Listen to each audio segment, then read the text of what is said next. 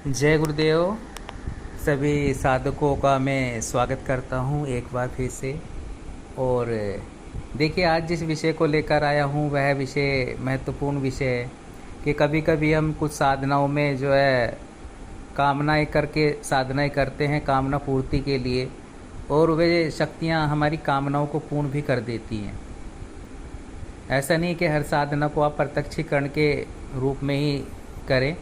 कभी कभी अगर आप जो प्रत्यक्षीकरण से जुड़ी साधना है, आप चाहते हैं कि वे आपके जीवन में इस कदर से आ जाएं कि फिर आपके साथ ही रहें हमेशा, हर क्षण। आप जैसे देखिए, कुछ साधक जो है अप्सरा साधना संपन्न करते हैं, उसमें प्रत्यक्षीकरण की कामना लेकर के करते हैं, लेकिन जब प्रत्यक्ष होती है अप्सरा तो विशेष टाइम पर ही उस साधक के समक्ष आती है। जब एक टाइम होता है और साधक उसका आह्वान करता है, वह आती है 1 घंटा या 2 घंटा या आधा घंटा के लिए और फिर वापस चली जाती है, क्योंकि उसे वापस भी जाना होता है। ऐसा नहीं है कि वह 24 घंटे साधक के साथ रहे, ऐसा पॉसिबल नहीं हो पाता।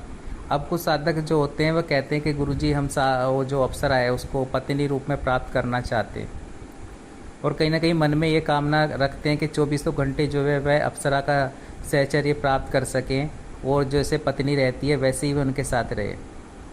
तो ऐसा अगर साधक कामना करता है, अब ऐसे ही देखिए क्या हुआ कि एक साधक ने इसी रूप में तिलोत्तमा अप्सरा की साधना संपन्न की थी, और जो कहीं ना कहीं उसने हमारी मार्गदर्शन में वह साधना भी संपन्न की थी, और उसने उसमें कामना पत्नी रूप में रखा कि पत्नी रूप में। अब हमने तो बोला था कि आप प्रेमी का रूप में कर लो, अब उसने हमको बोला कि गुरुजी मैं प्रेमी का रूप में ही करूँगा, लेकिन उसने जब वहाँ संकल्प लिया तो उसके मन में जो भाव आए, कभी कभी जो साधक होते हुए गुरु से भी नहीं कहते हैं, जो मन के भाव होते हैं, कुछ साधक ऐसे होते हैं, तो उन्होंने वहाँ पर संकल्प में उसको पत्नी रूप में प्राप्त करने की कामना रख दी। अब साधना पूर्ण हुई। अब साधना पूर्ण होने के बाद में जो है वह तिलोत्तमा अप्सरा प्रत्यक्ष तो होती है साधक के सामने, और प्रत्यक्ष होने के बाद में साधक ने क्योंकि संकल्प पत्नी रूप में लिया था, अब उसने अप्सरा ने जो है प्रत्यक्ष होकर के उनको बोला कि आपने मेरी पत्नी रूप में जो संकल्प में कामना की है, और मैं आपको पत्नी रूप में जो सिद्ध हो चुकी हूँ जब उसने संकल्प लिए, लेकिन अब जब मुझे कार्य आप देंगे और पत्नी रूप में अगर आपने मुझे सिद्ध किया है और आपने ये कामना रखी है कि मैं हर पल आपके साथ रहूं, तो इसके लिए आपके जीवन में एक ऐसी कन्या आएगी, एक ऐसी कन्या से आपका विवाह संपन्न होगा जिसके शरीर में मैं स्वयं प्रवेश करके अपना तत्व दे करके आपके साथ रहूँगी। क्योंकि वे अविवाहित साधक थे, उनकी शादी नहीं हुई थी, तो उन्होंने ऐसा बोला, और इस प्रकार से जो है अप्सरा वचन दे करके इनको चली गई। अब क्या होता है कि इन साधक के जीवन में एक ऐसी कन्या साधना के 10 से 15 दिन बाद ही जो है इनका एक ऐसा रिश्ता आ जाता है, विवाह के लिए एक ऐसा प्रस्ताव आ जाता है साधक के जीवन में कि वह ठीक इनके चित्त के अनुकूल ही कन्या होती है, वैसा ही जैसा इन्होंने कहीं ना कहीं कामना की हो और इनके मन के मुताबिक हो, तो वैसी कन्या की प्राप्ति हो जाती है, और उस कन्या से उसके बाद में रिश्ता पक्का होकर के शादी विवाह भी संपन्न हो जाता है। तो इस तरह से जो है वह अप्सरा जो है जिसकी इन्होंने साधना की थी, तिलोत्तमा अप्सरा साधना, तो इस तरह से वह इनके पत्नी रूप में साधक के साथ रहती है और अब भी रह रही है। और उन्हें कभी इच्छा नहीं हुई है कि प्रत्यक्ष करें, उसे देखें अप्सरा को। अब उन्होंने पत्नी रूप में कामना करी थी, तो कहते हैं गुरुजी मुझको तो अब आवश्यकता ही नहीं पड़ती अप्सरा की, क्योंकि मुझे तो ऐसा लगता है कि वह गुण तो सारे ही गुण मेरी जो पत्नी है उसके अंदर है, तिलोत्तमा वाले। तो ऐसा होता है, ऐसा शक्तियाँ जो हैं ऐसे जीवन में कभी कभी जो है साधकों के आ जाती हैं। तो पत्नी रूप में काम न करें तो सोच समझ के करे साधक।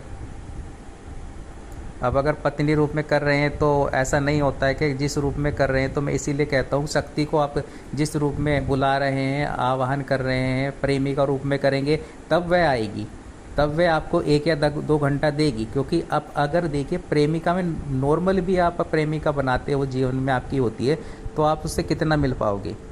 1 या 2 घंटा, ज़्यादा से ज़्यादा 3 घंटे, फिर उसको जाना होगा। तो ठीक वैसे ही प्रेमिका होती है, वे हास्य विनोद करती है, साधक के जीवन में आती है। ऐसी अप्सरा होती है, माफ़ कीजिएगा, वह आती है साधक के जीवन में, हास्य विनोद करती है, प्रेम पूर्वक बातें करती है, वार्तालाप करती है और फिर चली जाती है। तो ऐसे होता है। लेकिन जो पत्नी रूप की वास्तविकता होती है वह यही होती है जो मैंने आपको बताई है। वह कुछ साधक होते हैं जो अकेले रहते हैं, घर परिवार से अलग रहते हैं, उनकी लाइफ में वो आ सकती है, लेकिन वहाँ 24 घंटे अवेलेबल नहीं होगी वो आपके लिए। जैसे उस साधक ने पत्नी रूप में तो कामना की, साथ साथ जो है हर पल साथ रहने की कामना भी रख दी कि हर पल साथ रहना है, 24 घंटे, मतलब जो है ऐसा ना हो कि आप वापस चली गई, तो ऐसा मैं नहीं चाहता हूँ। तो उस अप्सरा ने भी अपने वचनों को निभाया और उसने उनके जीवन में उस कन्या को ला दिया और उसमें अपने तत्व डाल दिए, यानी कि अप्सरा तत्व वाली, जिसमें अप्सरा वाले गुण हो, वैसी ही कन्या, तिलोत्तमा वाले गुण वाली कन्या को उन साधक के जीवन में लाया उसने, तिलोत्तमा ने। तो इस तरह से जो है साधनाओं में होता है जो हकीकत होती है। वास्तविकता से मैं आपको अवगत करा रहा हूँ, कहानियों से अलग। तो आप, मैं इसीलिए कहता हूँ, और इसलिए कहता हूँ कि सबसे जो श्रेष्ठ रिश्ता होता है कि किसी अप्सरा या यक्षिणी साधना में, वो जो सबसे श्रेष्ठ माना गया है वो एक प्रेमिका का ही माना गया है। प्रेमिका से बढ़कर कोई रिश्ता नहीं है अप्सरा साधना में। और जब भी साधक करे तो अगर वह किसी अप्सरा, योगिनी, गंधर्व कन्या, ये किसी को भी अगर प्रेमिका जो रूप में प्राप्त करने की कामना रखते हुए अगर वह साधक साधना करेगा तो वह शीघ्रता से ही सिद्ध होगी। और वहीं अगर स्त्रियां करें तो वह एक सखी के रूप में करें, उन्हें सखी की कामना करनी चाहिए। तो वह एक मित्र की तरह उनके साथ रहती है अप्सरा, उन महिलाओं के, उन स्त्रियों के, और हर प्रकार से उनका मार्गदर्शन करती हुई वह जो है जीवन में उनके पूर्णता प्रदान करती है। तो ऐसा होता है। तो आज भी वे साधक हैं, और गुणों से तात्पर्य है कि वैसे ही गुण हैं, और उसके बाद में उन्होंने कोई अप्सरा साधना संपन्न नहीं की। उसके बाद में उनकी तृप्ति हो चुकी थी, उनकी जो मन में इच्छा थी वह पूर्ण हो चुकी थी। फिर वे उन्होंने जो अन्य साधनाएं की हैं, गुरु साधना और जो महाविद्या साधना, उन्होंने साधक ने जो है संपन्न की। और उसके बाद में उन्होंने बोला कि गुरुजी मुझे कभी इच्छा ही नहीं हुई कि मैं कोई मतलब अप्सरा से संबंधित साधना करूं, क्योंकि जब भी वह होती है घर में तो, या फिर मैं उसे देखता हूं, तो मुझे उसी तिलोत्तमा की याद आ जाती है। सारे गुण वही हैं, और एक तिलोत्तमा ने एक ऐसी कन्या को मेरे जीवन में ला दिया जिसमें समस्त गुण तिलोत्तमा वाले ही हैं। और आप, मेरा भी जब उनसे मिलना हुआ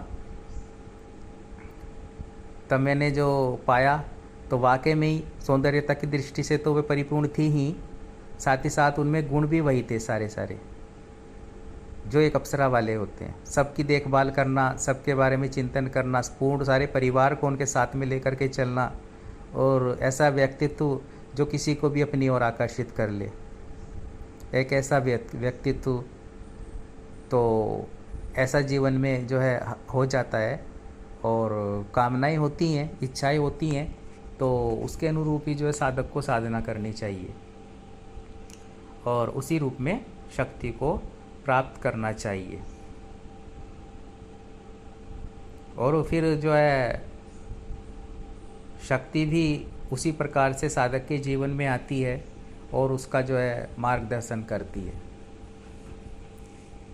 तो मैं उन साधकों के लिए ये थोड़ा विशेष जानकारी लेकर के आया था कि जो नए नए साधनाएं भी करते हैं, और कई साधक जो है मुझसे जो है क्वेश्चन करते हैं, पूछते भी हैं कि गुरुजी क्या हम पत्नी रूप में कर सकते हैं। अब जिनका विवाह हुआ है वो ख़ास तौर से पत्नी रूप में रखने की कामना करते हैं। जो अविवाहित हैं वे नहीं करते हैं, वे बहुत कम मिलेंगे, लेकिन जिनका विवाह हो चुका है वे चाहते हैं कि हाँ पत्नी रूप में कर लें। तो मेरी समझ में एक तो ये बात नहीं आती पत्नी रूप में करके क्या सुख प्राप्त करना चाहते हैं वे। अब जब ऑलरेडी पत्नी है उनके पास में, तो एक प्रेमिका की कामना होनी चाहिए ना।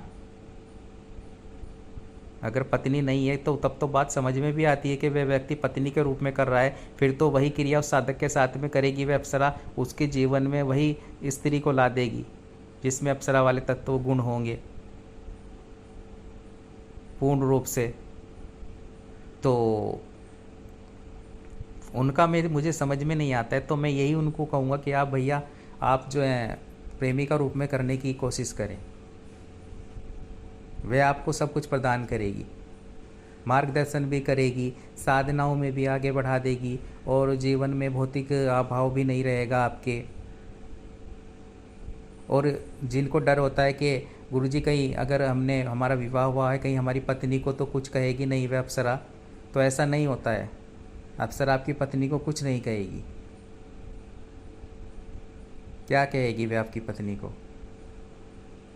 लेकिन आप दो पत्नियां कैसे रख सकते हो? ये पत्नी वाली कामना तब होनी चाहिए साधक के मन में जब वह अविवाहित हो, विवाह ना हुआ हो। अगर विवाह हुआ है तब वो प्रेमी का रूप में करे, फिर पत्नी की कामना ना रखे साधक। तो ये बहुत ही महत्वपूर्ण बात होती है साधनाओं में। और दूसरा है कि भाई के घर वालों को हानि ना पहुंचाए। अब जैसे मैंने वीडियो में डाला है कि कोई प्रत्यक्षीकरण से जुड़ी साधना कर लेते हैं, जैसे परी के विषय में डाला है, तो वो तब होती है वे क्रियाएँ परी या अप्सराएँ, तब वह जो साधक को जो है उसे ही जो परेशान करना शुरू कर देती है वे शक्तियाँ।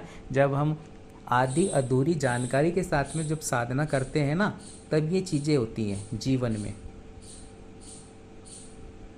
अब जब किसी भी चीज़ को कर रहे हैं पूर्ण सुरक्षा के साथ करें।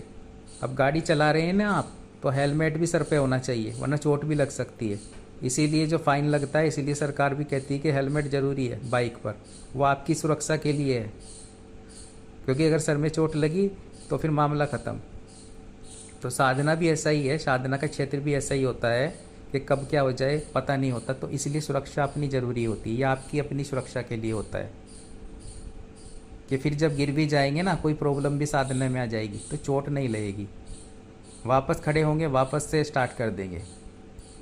तो ये चीज़ें जीवन में होती हैं, इनका आप ध्यान रखें। और जो है साधनाओं में जब भी, कहने का मतलब यही है इस वीडियो में आज मेरा, कि जब भी साधनाओं में आप जो है किसी शक्ति को, अप्सरा यक्षिणी जैसी शक्ति को आप साधना में सिद्ध करने की कोशिश करें, तो जब उन्हें प्राप्त करें तो पत्नी, प्रेमिका या मातृ रूप में या फिर सखी रूप में, जो भी हो, सोच समझ के करें कि क्या आपके लिए अनुकूल रहेगा।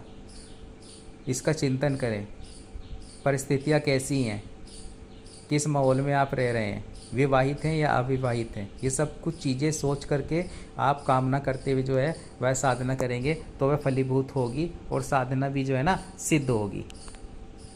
तो जय गुरुदेव। आज थोड़ा यही जानकारी आपके लिए लेकर आया था कि आप समझेंगे बातों को, और जब भी करेंगे पूर्ण विचार करके ही साधना संपन्न करेंगे।